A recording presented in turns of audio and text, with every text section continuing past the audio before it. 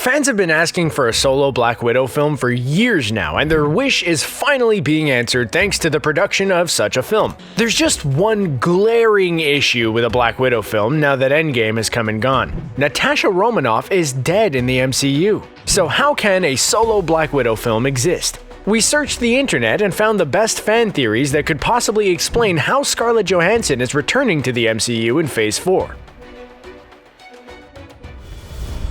Okay, considering Black Widow died during the events of Avengers Endgame, many fans have been speculating just how a solo film is possible. Of course, being a Marvel movie, there are a bunch of options actually available for the studio to play around with. The most obvious would be an origin story of the character. Black Widow may have been a hero and a SHIELD agent for as long as we've known her in the MCU, but long before that, she was actually an assassin working for the Russians, as we know. Seeing as this plot point was teased throughout the MCU, it seems logical that the solo Black Widow movie might jump back in time to show a young Natasha joined up with the Widow program. In the comics, Natasha and other young orphans were abducted and recruited into the Black Widow Ops program, where they were taught hand-to-hand combat, espionage, and assassination techniques in the Red Room. The Widows were designed to essentially be female versions of the Winter Soldier during the Cold War, and Department X, as they were called, even gave her a serum in the comics to grant her enhanced abilities.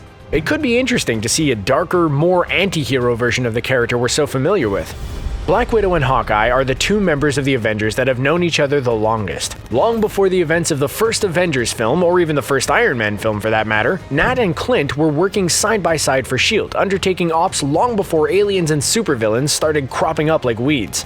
Since Jeremy Renner's involvement in the project has yet to be confirmed or denied, we can then safely theorize that there is a possibility that Clint could show up in the Black Widow film in some sort of capacity. We don't think this would be a buddy cop kind of thing, as Hawkeye is not part of the official title of the film, unlike Falcon and the Winter Soldier over on Disney+. Perhaps part of the film will be Nat on her own, and eventually she'll come face to face with Clint, who brings her into SHIELD, and we get to see him as a mentor at first and a friend later. This would still be Natasha's movie through and through, but since the two characters are so heavily linked to one another, it feels weird telling her story without having any Hawkeye involved in the plot at all. During the first Avengers film, Natasha and Loki have a pretty honest conversation, and it's where we first learn a bit about the Black Widow's past. Despite fighting for the good guys by the time the Avengers have assembled, Natasha has had a pretty violent and terrible past, as evident by the purpose of her training in the Red Room. Loki lists off all of the terrible things Natasha has done, stating that her ledger must be dripping with all the red on it.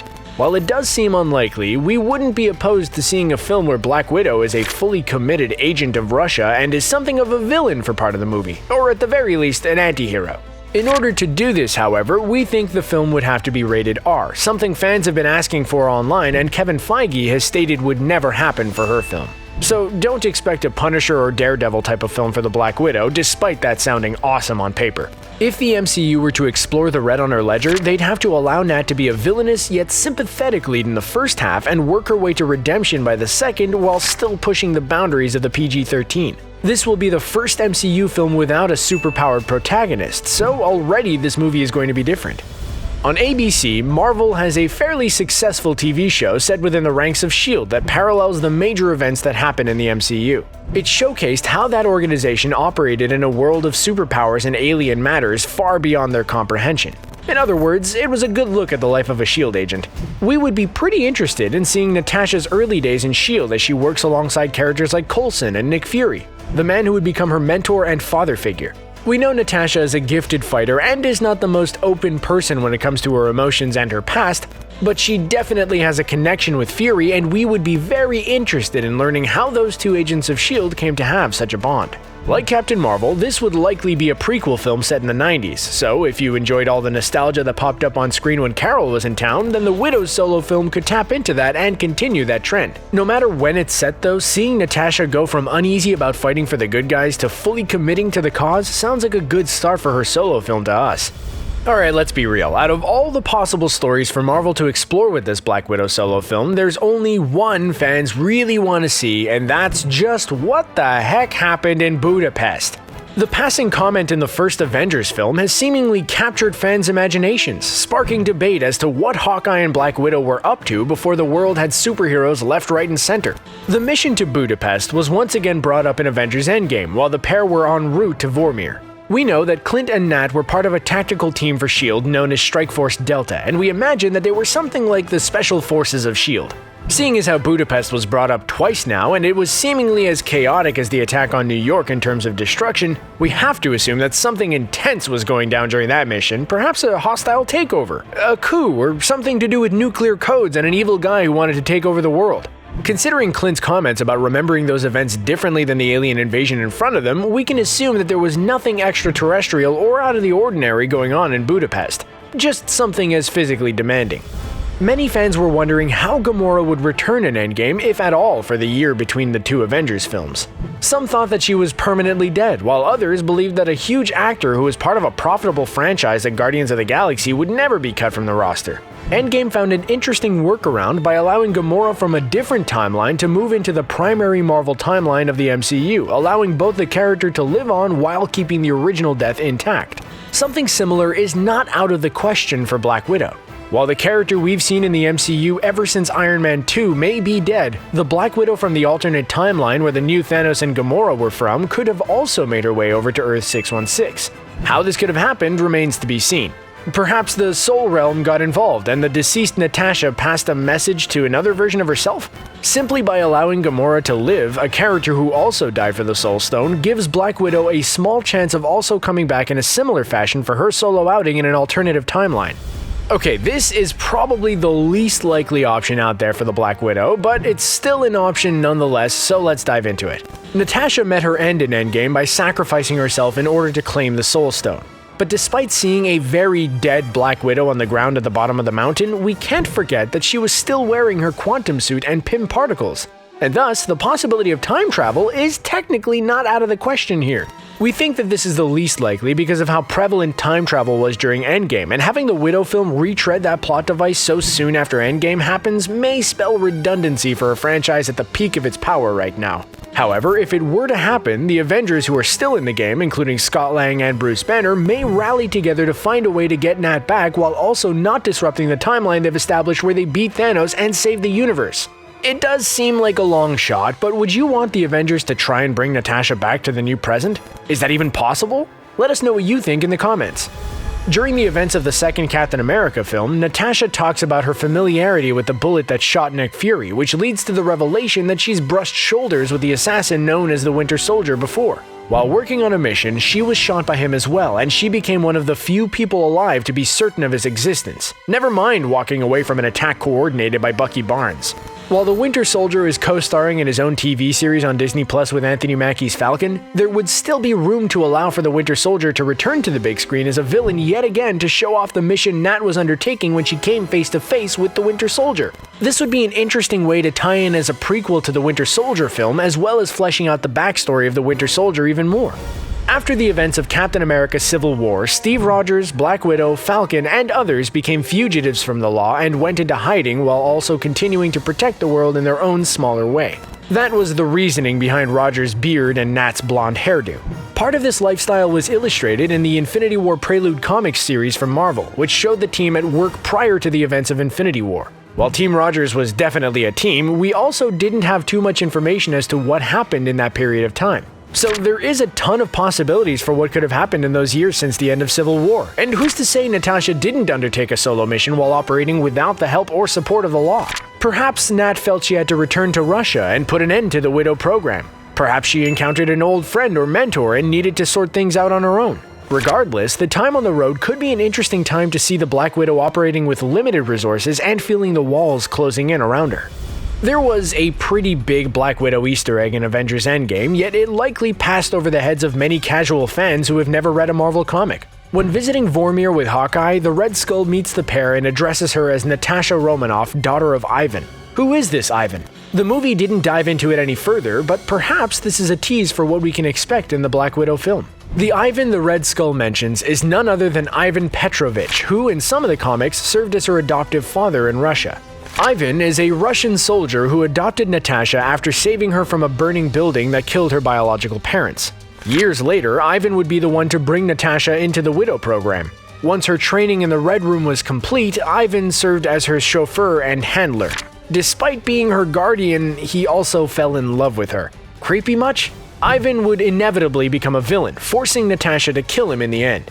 Could this arc be adapted for the Black Widow solo film? Fans were genuinely shocked when watching Endgame to learn that the core plot of the film took place 5 years after the decimation.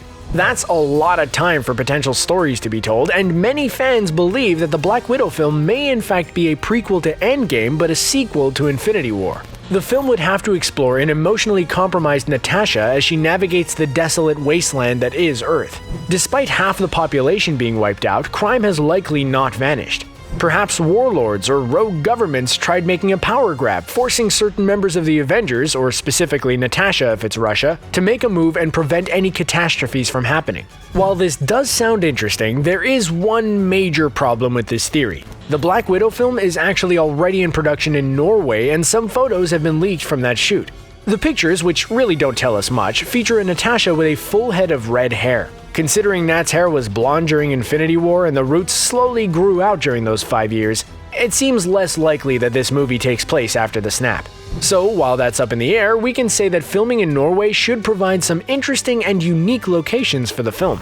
Captain Marvel introduced fans of the MCU to the Skrulls, a species of aliens from outer space who can shapeshift into any being they desire, whether they be a person or an inanimate object. That makes them masters of infiltration, deception, and espionage, something the comics explored heavily with the Secret Invasion storyline, which saw the Skrulls slowly replacing superheroes over the course of a decade of storytelling in order to successfully invade Earth. This theory comes from Reddit, where users have pondered the possibility that the Natasha we've known has actually been a Skrull this whole time.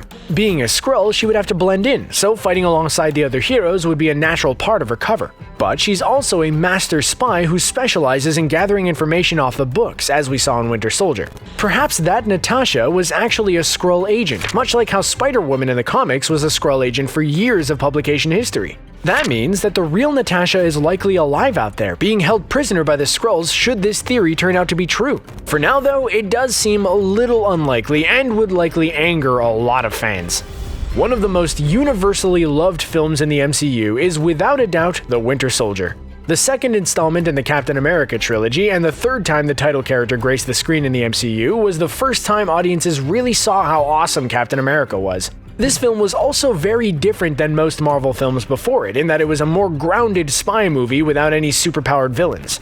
Instead, Cap's acclaimed second outing, directed by the Russo brothers, felt more like a modern neo-political spy thriller, and helping Cap complete his mission was the perfect spy herself, Natasha Romanoff.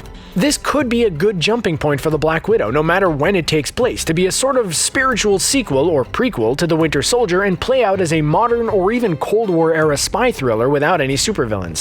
Or if they really want to tap into the psychological aspect of a thriller, perhaps Nat comes back from the Soul Realm and has to deal with some intense PTSD issues once returning to the real world. Some fans may rejoice if this one turns out to be true, while others may feel cheated or let down. Regardless, it's still an interesting theory, so let's dive into it.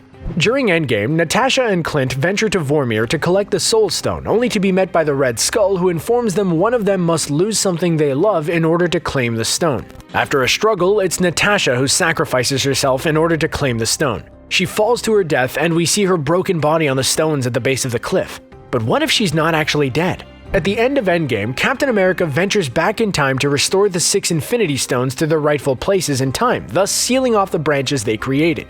The idea of the Soul Stone is a life for a life. By returning the Soul Stone to its rightful place, would the Red Skull not be honor-bound and comply with the rules he enforces? For the Soul Sanctuary to get its stone back, wouldn't it have to give up a soul as well? That sounds like fine print stuff that the Soul Stone probably doesn't have to abide by, but we just want to see Roger's reaction to seeing the Red Skull again.